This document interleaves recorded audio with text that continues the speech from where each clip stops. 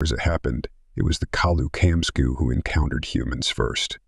And, being the Kalu-Kamsku, they immediately attacked. This was unwise. Our galaxy is a big place, and has only a handful of sentient species capable of interstellar flight. Yes, foremost of whom are we.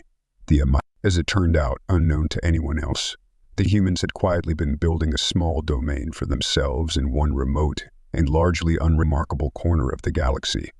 Nothing major, just a few dozen colonies in the systems closest to their home star. But the important thing is, they had no idea that the Kalu-Kamsku existed, or any other sentient species for that matter. One would think, therefore, that in a first encounter between a species as aggressive, well, aggressive is the wrong word. Say, uncompromised, man-sized the Kalu-Kamsku and humans, a relatively primitive race who moreover had no idea the Kalu-Kamsku existed, and certainly had no experience in dealing with them, that the humans would come off worse. This was not the case. Why? I'm explaining why. Impatient fledgling. Now pay attention, because here is the history lesson, and a valuable lesson it is. A Kalu-Kamsku armed recon team found a small human settlement on a world that had been marked for economic exploitation by their coordinator, which passes for their government. The settlement had not been there long. A few years, a decade at most, put up after the initial survey was conducted. As I said, the Kalu-Kamsku were uncompromising. Finding buildings where there were supposed to be none, they immediately set about burning them to the ground. It's entirely possible that they didn't realize that the structures were made and inhabited by sentients, semi-telepathic species, or often like that in the case of the Kalu-Kamsku, thoughts can be transmitted by pheromones. Not good with theory of mind, since they already know the thoughts of other members of their species, and therefore have no need to extrapolate. Thus, they aren't very good at recognizing sentience in alien species. I digress. I was saying that they burnt the human settlement to the ground. Well, they tried to at least, but they didn't get very far. Fortunately for scholars everywhere, the Kalu-Kamsku, our team, has helmet-mounted recording equipment backed up to their ship's black box in real time. For that, combined with the human accounts, gives us a fairly reliable account of what happened. The art leader went up to the first building and, ignoring the unidentified creatures, humans running away from it, began to torch it with his arm-mounted flamer, making short work of it. The next building was slightly larger, 2 stories instead of 1, but the Kalu-Kamsku are big. They're 5 meters long. Their bodies are only 1 wide at most, and normally hold themselves a little under 2 meters off the ground. If they rear up on their 4 hind legs, they have 6 limbs, the front 2 pairs being used as legs or arms depending on the situation. They're even taller. The art leader shot a burst of flame into the ground floor, then reared up and shot a burst of flame in through the 2nd floor window. For good measure, he let off a few bursts with the multi-purpose laser mounted on his other 4 limb.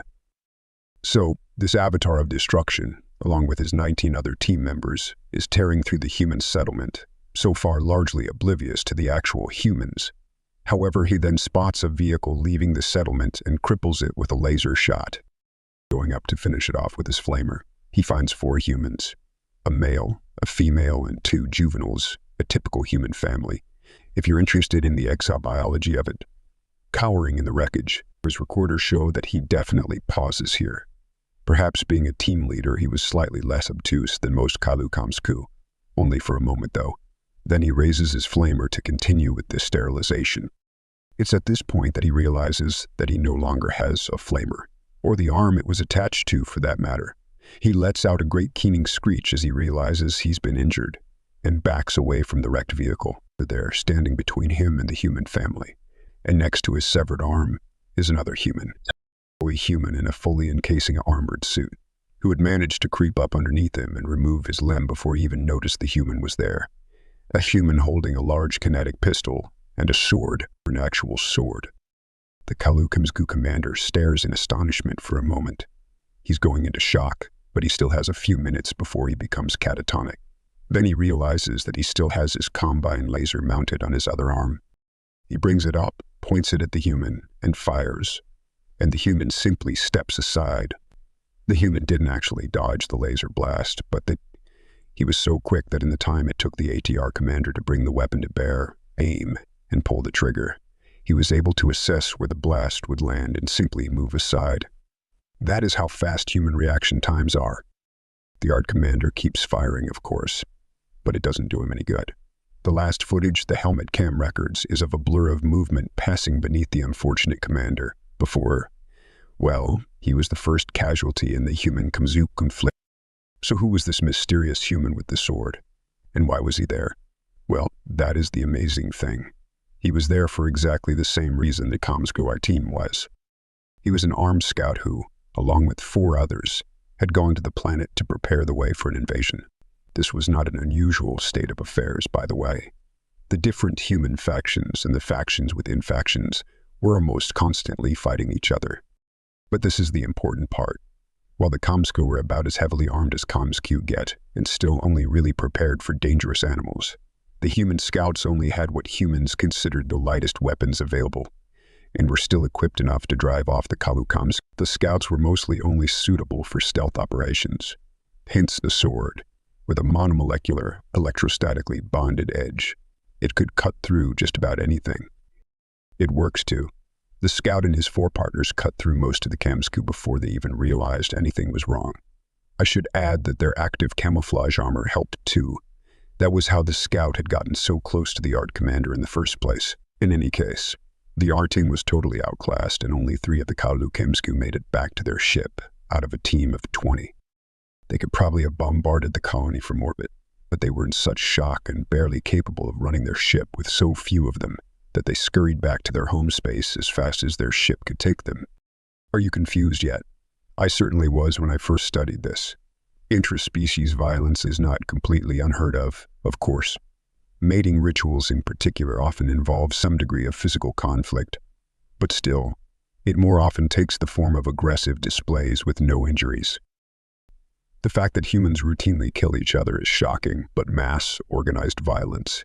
Certainly no other species has anything like human wars. Most conflicts within species that are not dealt with diplomatically, and negotiation is usually the favored, less costly, strategy, or, like mating, resolved with displays of power. After all, why risk actual injury when it is easier to assess in advance who is the stronger? Perhaps it could be down to the fact that humans are a carnivorous hunter species. That is very unusual. Complex societies usually evolve from herd species or flock, in our case, which generally means that they were nearer the bottom end of the food chain when they evolved and are probably herbivores. This holds true for most sentient species in the galaxy. We Amayas subsist mainly on rich fruits found in the high canopy, where our flocks were hunted by Gia hawks in the infancy of our race. The Kamzu built hives of wood pulp on their homeworld, and were hunted by Mizu snakes when they left these to gather fungus from under tree bark. Each species has an ancestral predator which haunts their racial memory. Don't think I don't know that you sometimes take cut-out plastic wings and scare people by making hawk shadows. It's not funny. Yet, although there are things on Earth at the human homeworld that will eat humans, yes, I shudder to think of what could pose a threat to an adult human male. That is not what really frightens them. Watch some of their media sometime. I guarantee you that, although you will see the occasional alien or monster, the vast majority of violence portrayed will be inflicted by other humans, for humans, the main threat to their survival excluding diseases, which is another horror story in its own right, has always been other humans. This is what makes them so dangerous. Ignore the fact that they are carnivores. Put aside for a moment that they evolved both to hunt other animals and survive predation by things even more vicious than they. They're the only sentient species in the known galaxy that evolved to cope with predation by other sentients. When you or I feel threatened, our instinctive reaction is to find a leaf to hide under. And that's all it is. An instinct left over from our days as Gia prey. It's just a relic that's hung around in our hindbrain, and it's our only fear reaction. Since hawks were our only major predators and hiding was the only effective strategy, we won't naturally try to run or fight, and if we encounter a situation that would call for this, it's difficult to force ourselves to. Our intellect may say one thing, but all our hindbrain says is hide, and we never encountered enough other threats to change this hard wiring. Likewise, the Kamzu will rear up when threatened to make themselves look bigger, but they won't actually risk combat if they can run away. Because against their homeworld predators, this would usually result in serious injury at the very least. Humans, however, take instinct to a whole new level, then take it beyond that. Their response when threatened has been constantly honed and constantly upgraded over hundreds of thousands of years of evolution. Because since their main threat was usually other humans, the threats evolved with them. And on top of the base physical evolution, their cultural evolution has been similarly affected. A significant portion of almost all human cultures has been dedicated to making humans who are better at killing other humans. Or, in many cultures, this is actually a separate caste whose entire lives are dedicated to making themselves better at killing enemy humans. If you want further study, the archetype of this is the European knight and the Japanese samurai. Although if you ever met a human and asked them, I'm sure they would debate you at great length about which culture produced the better warriors.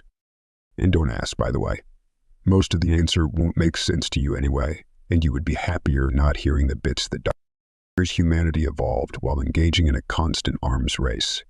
Imagine if, when we first developed hawk nets, the hawks had come up with a means to cut through them, then matched every other solution we came up with. Not a pretty thought, is it? Yet this is normal for humanity, and it produced a species that is incredibly fast, incredibly tough, not as big as some, but weight for weight, extremely strong. Even though they are smaller than the Kamsku, there are a few bigger than them, in fact. If that first encounter had taken place without weapons, the scouts would probably have had the strength to simply tear off the Kamsku's limbs. And most importantly of all, they have the neural architecture to go with their biological weaponry. Unlike every other species in the galaxy, evolving to fight other sentients meant that they haven't just had to outfight their opponents, they've had to outthink them as well. Some of the most recognizable figures in human culture are those who fought other humans, not in personal combat, but with their organizational skills and strategies. Humans value intelligence in conflict at least as much as they value physical violence, and their reactions to threats are extremely complex and very adaptable. I imagine you're all quite frightened by now. Well, you should be. I've portrayed humans as unstoppable killing machines, which is more or less the truth. But remember also that they are sentient and therefore capable of great complexity. Has anyone been paying attention enough to notice the part of my story that didn't make sense? The human scouts were on that planet to attack the colony, yes. So why did they come to its defense when the Kamsku attacked? I suppose you might think that they wanted the buildings intact or something. Dilettantes in the field of human study will often try to pass this off as the explanation. In fact, it is considerably more complicated. War apparently is not just a free-for-all where one side tries to kill as many of the other before their own faction is exterminated. Humans may be savage, but they are far from mindless.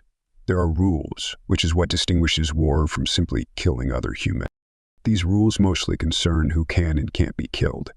Enemies who put down their weapons and surrender themselves are generally not allowed to be killed. For example, members of the enemy faction who do not actually fight, civilians, are also supposed to be left alone. These rules vary in consistency and application, but one almost universal taboo is against the killing of juveniles. The human scouts might well have remained hidden, as per their orders, if the Kamsku hadn't provoked them by attacking a human family with young. If you ever decide to take up ethnocultural studies, go out into the galaxy and actually meet some humans, and you want to know how not to get yourself disemboweled lengthways like that Kamsku commander, it's simple: never, ever threaten a human child. There are other guidelines when dealing with humans, of course, but obey this simple rule, and you could probably go around Earth all on your own without ever getting torn limb from limb. I did, in my student days. Just because a human can kill you with barely any effort doesn't mean he particularly wants to. What happened with the humans and the Kamsku after the colony incident? The Kamsku sent a fleet to eliminate the threat, still not actually understanding what the threat was, and promptly was sent running by a combined human fleet. After the scouts of one faction came to the aid of another settlement, they found it a lot easier to put aside their differences. The surveillance footage taken by the scouts of horrifying alien monsters helped as well. In fact, all human factions united against the aliens.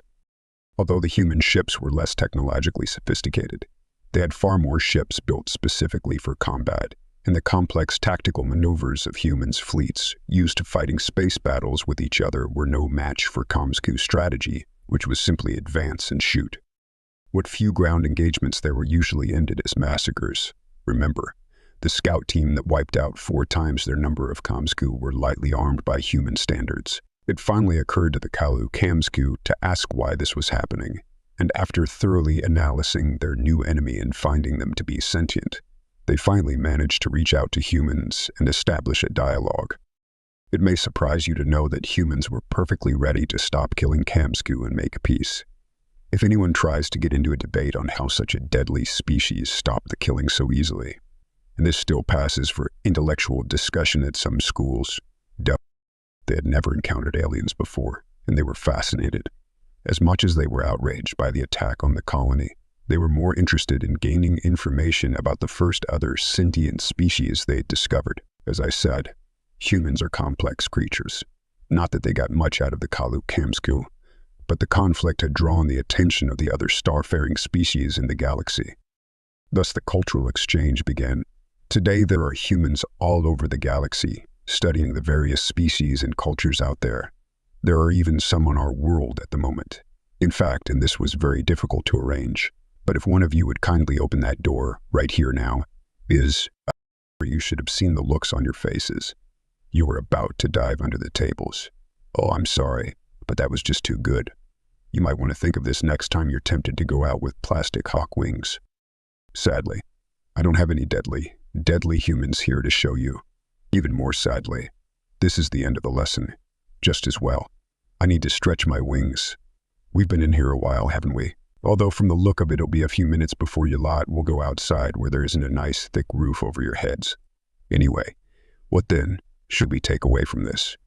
Well, that'll be the topic of your assignment, actually. But as a simple summary, I'll say that never, ever get into a conflict with humans. And if you absolutely can't avoid it, then for goodness sake, get other humans to do the actual fighting for you. It's what they were made for, after all.